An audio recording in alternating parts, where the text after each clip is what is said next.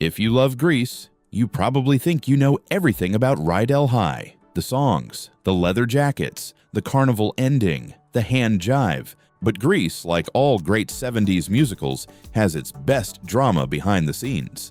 Casting almost changed everything. Some iconic songs didn't even exist yet. And those teenagers, not even close. So let's go back to 1959 or 1978, pretending to be 1959, and break down 10 crazy facts you didn't know about Grease. And we're starting with one that will genuinely mess with your head. 1. They never actually say Grease in the movie. This one sounds impossible. In a movie called Grease, you would assume someone says the word, at least once. Maybe during an argument, maybe during a song, maybe Danny yells it dramatically. Nope. Watch the film again, carefully. Yes, there's the opening song, Grease, sung by Frankie Valli over the animated credits. But inside the actual story, no character says the word. It's wild when you think about it. The movie is built around greaser culture, leather jackets, slicked hair, and hot rods. The vibe is everywhere, yet the title is never part of the conversation. It makes the film feel almost bigger than the world itself. Grease becomes a feeling, not a line of dialogue. There's no need to say it if you can embody it. And speaking of things that weren't part of the plan. 2. 3 of the biggest songs weren't even in the original musical. This might be the most shocking fact for the fans of the movie, but some of the most iconic songs in the movie were not in the original Broadway production of Grease. If you saw the stage version of Grease before the film, you would have noticed. You're the one that I want. Hopelessly devoted to you. Even Grease. None of those were in the original Broadway production. You're the One That I Want was written specifically for the movie because the producers felt the ending needed more energy. They wanted something electric, something that would explode in the finale. And explode it did. The song became a global hit and is now one of the best-selling singles of all time. Hopelessly Devoted to You was added to give Sandy a proper solo ballad. The filmmakers realized Olivia Newton-John needed her emotional moment. That song even earned an Academy Award nomination. Imagine Grease without those songs. It's hard, right? But that change leads us directly to the reason Sandy even got that ballad in the first place. 3. Sandy was completely rewritten for Olivia Newton-John. Originally, Sandy wasn't Australian. In the stage musical, she was American. Very wholesome, very traditional, very sweet, very standard 1950s ingenue. Then Olivia Newton-John entered the picture. She was already an international music star, but she was hesitant about acting in a major Hollywood film. She even requested a screen test with John Travolta before officially signing on. After Olivia Newton-John was cast, the script was adjusted to fit her natural accent and personality. Instead of forcing her to fake an American voice, the writers leaned into it. That's why Sandy is written as the sweet Australian transfer student. Is she taking you to the dance? Well, that all depends. On what? On you.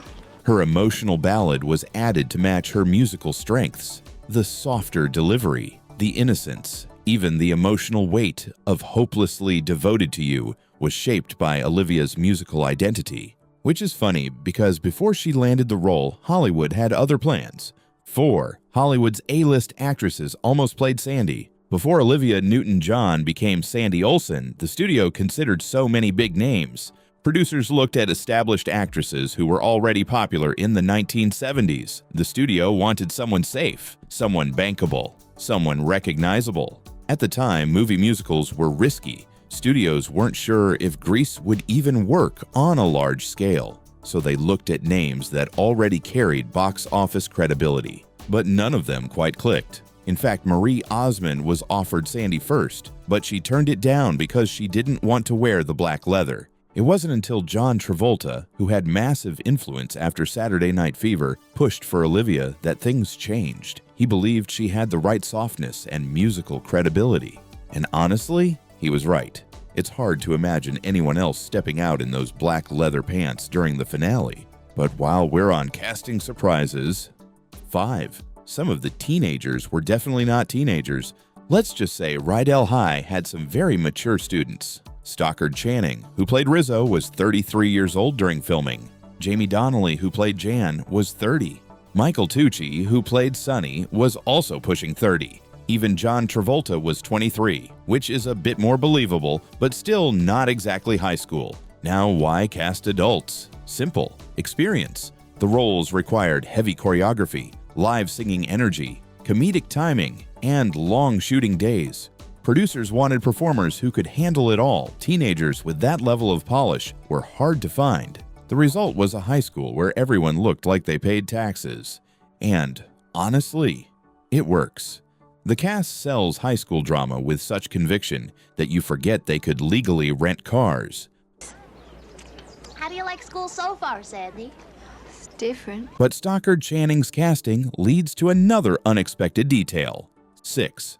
Rizzo has a hidden Elvis connection. Before Grease, Stockard Channing had been married into a wealthy and socially connected family circle that overlapped with major entertainment figures of the era. That includes connections that brushed close to the world surrounding Elvis Presley. While it wasn't a direct Hollywood collaboration, it's one of those strange 6 degrees of separation moments that makes old-school Hollywood feel very small. And it oddly fits Rizzo's energy. Rizzo has that rock and roll sharpness, that emotional grit, that I've seen it all confidence. The Elvis-era cool feels baked into her presence. You know what she's doing? What we're doing. Come on. And still on casting. 7. The teen angel role almost went to someone else. When it came time to cast the teen angel in Beauty School Dropout, producers wanted someone authentic to the 1950s teen idol era. And Frankie Avalon was the perfect Beauty School Dropout. It has to be one of the most memorable fantasy sequences in the movie. But he wasn't the only choice. Producers considered other 1950s teen idols before settling on Avalon. They wanted someone authentic, someone who actually came from that era of pop culture. They looked at real teen idols like Fabian, and even Bobby Rydell, the man Rydell High is named after, before choosing Frankie Avalon. Avalon brought credibility. He wasn't just playing a teen idol, he had been one. That decision added a layer of nostalgia that made the scene sparkle even more. And if casting changes weren't enough. 8. One director wanted to make Grease animated. Before the live-action film we know was finalized, there was a pitch to adapt Grease as an animated movie. Think about that. Danny and Sandy as cartoons. It sounds strange now, but animation would have leaned heavily into the exaggerated 1950s style, bright colors, caricatured greasers, and stylized dance numbers. But producers ultimately chose live action because chemistry mattered. The romantic tension between Danny and Sandy needed to feel real. The musical numbers needed physical presence. And, thank goodness, because the chemistry between Travolta and Newton-John is something animation just couldn't replicate. And looking back, it's hard to imagine the carnival finale working in cartoon form. Still, even in live action, movie magic was working overtime. 9. 3 different high schools created Rydell High. Rydell High feels like one cohesive place. It wasn't. It was 3 separate Los Angeles area high schools stitched together through editing. Different campuses were used for exteriors, interiors, and specific sequences like the carnival and gym scenes. Movie magic at its finest. That's why certain hallways look slightly different if you pay attention. It's a patchwork version of high school. But that patchwork somehow became one of the most recognizable fictional schools in film history. That decades later, Hollywood still isn't done with it. 10. A prequel and TV series might be coming.